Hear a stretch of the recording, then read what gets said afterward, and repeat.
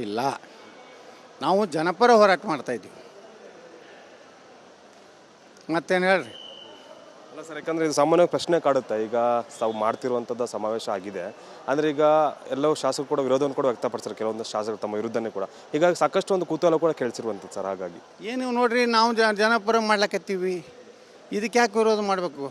ವಿಜೇಂದ್ರಿಗೂ ಅದ್ರ ಬಗ್ಗೆ ಆಸಕ್ತಿ ಇದ್ರೆ ಬರ್ಬೋದು ನಮ್ಮ ಸಮಾವೇಶಕ್ಕೆ. ಅವನ ನಿಮ್ಮ ಮೂಲಕ ಕೊಡ್ಲಾಕತ್ತೀನಿ, TV9 ಮೂಲಕ ವಿಜೇಂದ್ರ ಅವ್ರ ಅಪ್ಪ ಯಡಿಯೂರಪ್ಪ ಇಬ್ಬರು ಕೂಡಿ ಬರ್ಬೋದು. ಜನಪರ ಇದೆ. ನಾವು ಜನ್ಮ ಜಯಂತಿಯನ್ನು ಆಚರಿಸೋದಿಲ್ಲ, ಯಾವುದೋ ನಾಯಕರ ಮೆಚ್ಚುಗೆಯ ಕಾರ್ಯಕ್ರಮಗಳು ಮಾಡೋದಿಲ್ಲ, ಜನ ಮೆಚ್ಚುಗೆ ಕಾರ್ಯಕ್ರಮ ಮಾಡ್ತೀವಿ. Thank you sir.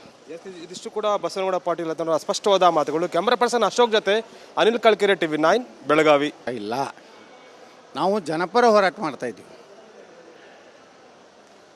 ಮತ್ತೇನು ಹೇಳ್ರಿ? ಅಲ್ಲ ಸರ್, ಯಾಕಂದರೆ ಇದು ಸಾಮಾನ್ಯವಾಗಿ ಪ್ರಶ್ನೆ ಕಾಡುತ್ತೆ. ಈಗ ತಾವು ಮಾಡ್ತಿರುವಂಥದ್ದು ಸಮಾವೇಶ ಆಗಿದೆ ಅಂದರೆ ಈಗ ಎಲ್ಲವೂ ಶಾಸಕರು ಕೂಡ ವಿರೋಧವನ್ನು ಕೂಡ ವ್ಯಕ್ತಪಡಿಸ್ತಾರೆ, ಕೆಲವೊಂದು ಶಾಸಕರು ತಮ್ಮ ವಿರುದ್ಧನೇ ಕೂಡ.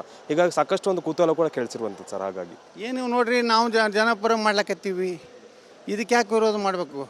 ವಿಜೇಂದ್ರಿಗೂ ಅದ್ರ ಬಗ್ಗೆ ಆಸಕ್ತಿ ಇದ್ರೆ ಬರ್ಬೋದು ನಮ್ಮ ಸಮಾವೇಶಕ್ಕೆ. ಅವನ ನಿಮ್ಮ ಮೂಲಕ ಕೊಡ್ಲಾಕತ್ತೀನಿ, TV9 ಮೂಲಕ ವಿಜೇಂದ್ರ ಅವ್ರ ಅಪ್ಪ ಯಡಿಯೂರಪ್ಪ ಇಬ್ಬರು ಕೂಡಿ ಬರ್ಬೋದು. ಜನಪರ ಇದೆ.